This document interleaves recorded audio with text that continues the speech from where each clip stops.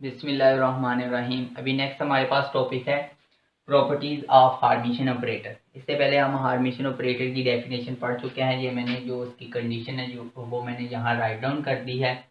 तो हम इसकी जो फर्स्ट प्रॉपर्टी है वो हमारे पास है जो आइजन वैल्यू आर रियल, यानी कि हार्मिशन ऑपरेटर की जो आइजन वैल्यू होती है वो हमारे पास क्या होती है, रियल होती है। तो अब हम इसका प्रूव करते हैं। अब हम कंसिडर कर लेते हैं लेट ए बी हार्मिशन ऑपरेटर। अगर ये हमारे पास हार्मिशन ऑपरेटर है तो ए पर किसके बराबर होगी, ए पर ए के बराबर होगी और ये कंडीशन क्या करता होगा, सेटिस्फाई करता होगा। तो अब हम एक फंक्शन कंसीडर कर लेते हैं let n be a eigen function.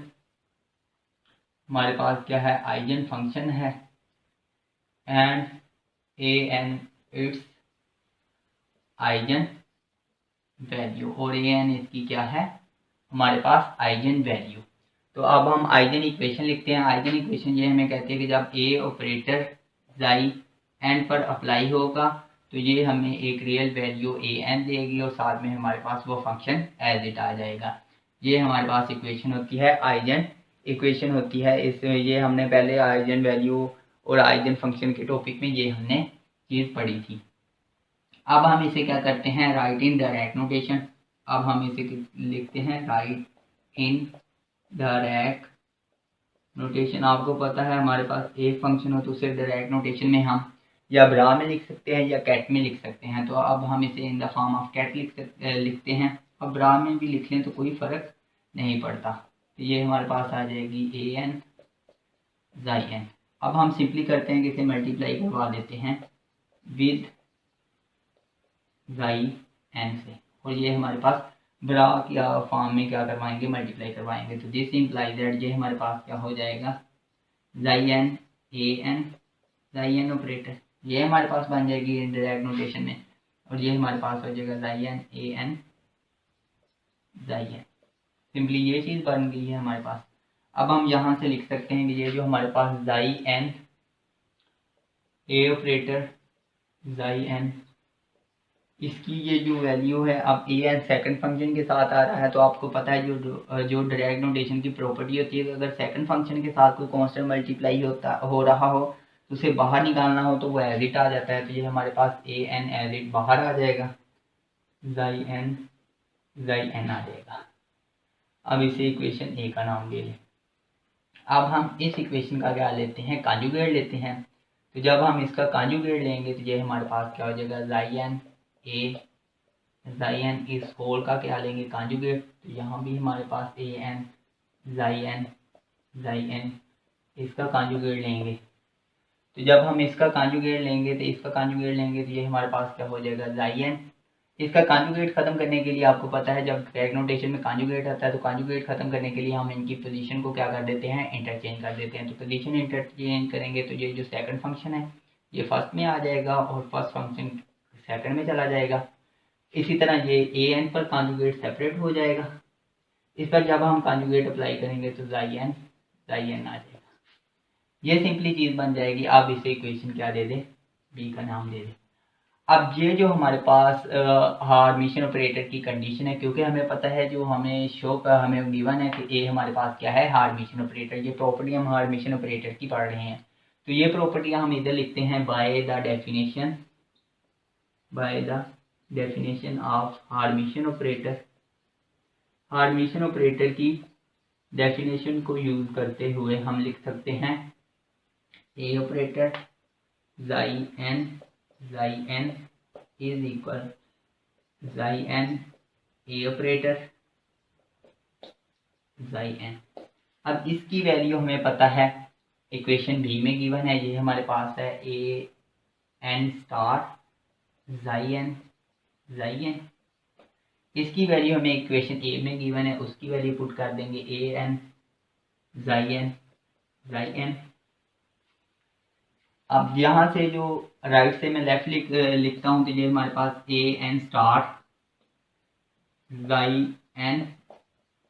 N minus A N जाई एन इज इक्वल 0 हो जाएगा। अब यहाँ से ये जो डायरेक्ट नोटेशन वाली टर्म है ये हमारे पास कॉमन आ रही है, तो रिमेनिंग क्या बच जाएगा, ए n star minus A N common आ रहा है हमारे पास। सॉरी ये तो इन द फॉर्म इनर प्रोडक्ट में नहीं लिखा जाएगा, ये अपर इनर प्रोडक्ट में लिखा जाएगा जाई एन ये हमारे पास इज इक्वल 0। अब क्योंकि ये हमारे पास टर्म 0 नहीं हो सकती, जाई एन का जो डायरेक्ट नोटेशन है वह ये हमारे पास होगी नॉट इज इक्वल 0, बिकॉज अगर ये टर्म 0 हो जाएगी तो जो मैंने सबसे पहले जो इक्वेशन लिखी थी आइगन इक्वेशन वो टर्म ही हमारे पास क्या हो जाएगी, 0 हो जाएगी। वो मैंने यहाँ से रेज कर दिया, अगर वो लिखी होती तो मैं आपको बताता हूँ कि वो जो टर्म है अब आप देख लेना जो आपने नोट कर ली होंगी, तो वो जो हमारे पास फंक्शन जो टर्म बन रही थी कि यानी कि जो हमारे पास ए ऑपरेटर जाई एन पर अप्लाई हो रहा था और हमारे पास एक आइगन वैल्यू आ रही थी और साथ जाई एन। लेकिन अगर ये जाई एन नहीं, अगर हमारे पास ये इनर प्रोडक्ट इसका 0 होने का मतलब ये है कि हमारे पास जाई एन भी 0, यहाँ से क्या हो जाएगा जाई एन 0। अगर ये चीज़ 0 हो रही है तो दिस इम्प्लाई दैट ये फोल टर्म हमारे पास क्या हो जाएगी, 0 हो जाएगी। तो ये टर्म तो हमारे पास 0 नहीं होती। द ओनली पॉसिबिलिटी हमारे पास बचती ये है कि ए n star minus A N किसके बराबर है, 0 से, जहां हम क्या लिख सकते हैं A n star is equal A n. तो यही हमने शो करना था कि ये जो हमारे पास आइगन वैल्यू है ए एन हमारे पास क्या है आइगन वैल्यू, ये हमारे पास क्या है रियल है। यहाँ से ये रियल कैसे शो हो रहा है, क्योंकि आपको पता है 2 का जो कॉन्जुगेट है वो किसके बराबर होता है, 2 के बराबर होता है। लेकिन 2 अयोटा का जो कॉन्जुगेट है वो 2 अयोटा के बराबर नहीं होता, वो -2 अयोटा के होता है। तो यहाँ से जो हमारे पास ए एन का कॉन्जुगेट है वो ए एन के बराबर आ गया है। अगर ए एन का कॉन्जुगेट ए एन के बराबर आ जाता है तो ये यहाँ से क्या शो होता है कि ये हमारे पास क्या है रियल वैल्यू है। ये जो हमारे पास आइगन वैल्यू है ये हमारे पास क्या है रियल वैल्यू है।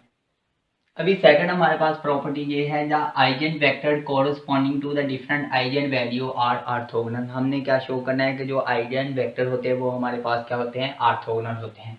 तो लीनियर अलजेब्रा में आपने पढ़ा होगा ऑर्थोगोनल का मतलब क्या होता है, वो क्या होते हैं परपेंडिकुलर होते हैं। तो मीन इनका जो इनर प्रोडक्ट होता है वो हमारे पास जाई एन और जाई एम वो किसके बराबर होगा, 0 के बराबर होगा। यानी डायरेक्ट नोटेशन का जो आंसर है वो हमारे पास क्या आ जाएगा 0 के बराबर आ जाएगा। अगर ये आंसर 0 आ रहा है दिस इम्प्लाइज दैट जो हमारे पास जाई एन है वो परपेंडिकुलर है जाई एम के, तो इसे हम क्या कहते हैं कि ये हमारे पास क्या है ऑर्थोगोनल है। ऑर्थोनॉर्मल में ये जो हमारे पास इनर प्रोडक्ट होता है जाई एन और जाई एन का ये किसके बराबर आता है, वो सेम फंक्शन के दरमियान होता है जाई एन और जाई एन, ये आंसर क्या आता है 1 आता है। लेकिन 2 डिफरेंट फंक्शन के दरमियान जब इनर प्रोडक्ट कैलकुलेट किया जाए आंसर 0 आए तो इसका मतलब क्या है ये हमारे पास ऑर्थोगोनल है। ये कंडीशन किसको शो कर रही है ऑर्थोगोनल को, और ये किसको शो करते ही है नॉर्मलाइजेशन। यानी कि नॉर्मलाइजेशन में हमारे पास होता है ऑर्थोगोनल और ऑर्थोनॉर्मल। ये हमारे पास है ऑर्थोनॉर्मल की कंडीशन। तो हमने ऑर्थोगोनल चेक करना है, मतलब हमने 2 डिफरेंट जो आइगन वेक्टर हो गए उनके दरमियान इनर प्रोडक्ट को हमने क्या करना है शो 0 करना है। तो अब हम लेट कर लेते हैं, लेट सोल्यूशन यहाँ से प्रूव लिखते हैं, यहाँ इस प्रॉपर्टी का प्रूव करते हैं। ये प्रूव बहुत इंपॉर्टेंट है, क्वेश्चन में एग्जाम में पूछे जाने वाले ये क्वेश्चन हैं। हम कंसिडर कर लेते हैं कि हमारे पास ए बी एनी हार्मिशन ऑपरेटर, ये तो हमें गिवन है कि जो हमारे पास हार्मिशन ऑपरेटर होगा हम कंसीडर कर लेते हैं, consider psi n and psi m are 2 eigen function. हमारे पास क्या है 2 आइगन फंक्शन है and a n and a m are there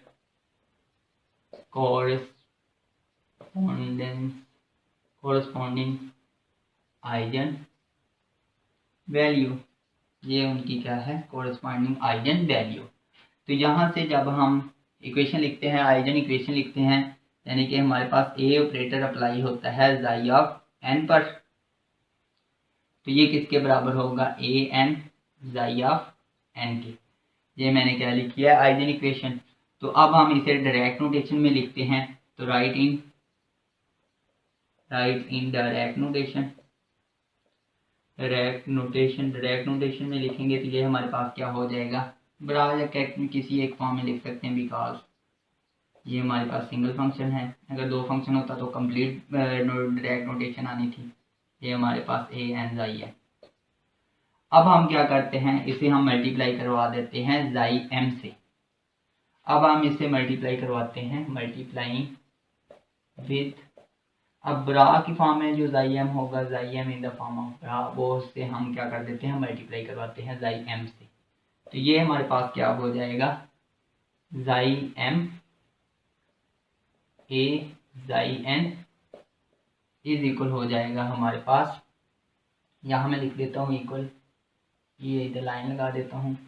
तो ये हमारे पास हो जाएगा जाई एम ए एन जाई एन, ये चीज़ हो जाएगी। अब आपको पता है सेकंड फंक्शन में हमारे पास ए एन आ रहा, तो इसे जब हमने ड्रैग नोटेशन से बाहर लिखना हो तो ये हमारे पास हो जाएगा जाई M A operator psi N, ये हमारे पास इक्वल हो जाएगा ए एन जाई एम जाई एन के। इसे इक्वेशन हम सिमिलरली वे से जब हम ए जाई एम, यानी कि अब हमारे पास ए जाई एम के साथ आएगा और जाई एन, इसे फाइंड आउट करेंगे सेम इसी मेथड से। तो ये हमारे पास आंसर आएगा ए एम स्टार जाई एम जाई एन का इनर प्रोडक्ट, ये आंसर आएगा हमारे पास। इसे इक्वेशन ए का नाम दिया था, इसे इक्वेशन बी का नाम दे दे by the definition of hermitian operator, by definition of hermitian operator.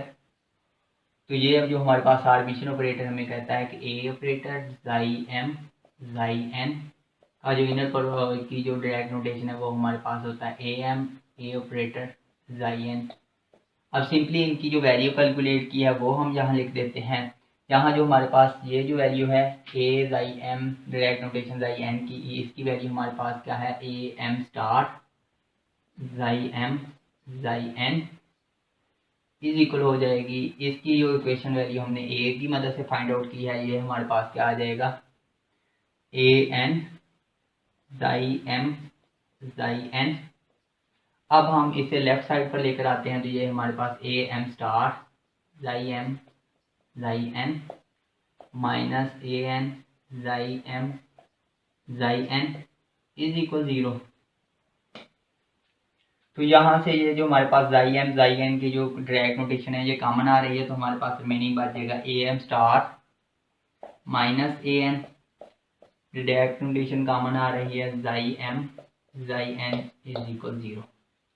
क्योंकि ये जो हमारे पास A m star not is equal है ए एन के, this implies that A m star minus A n not is equal 0। तो यहाँ हमारे पास ओनली पॉसिबिलिटी ये है कि हमारे पास जाई एन की जो इनर प्रोडक्ट है वो हमारे पास किसके बराबर हो जाए, 0 के बराबर आ जाए। और यही हमने शो करना था, यहाँ ये शो हो रहा है जो जाई एम है वो परपेंडिकुलर है जाई एन पर, दिस इंप्लाइज दैट कि ये जो हमारे पास क्या है ऑर्थोगोनल है।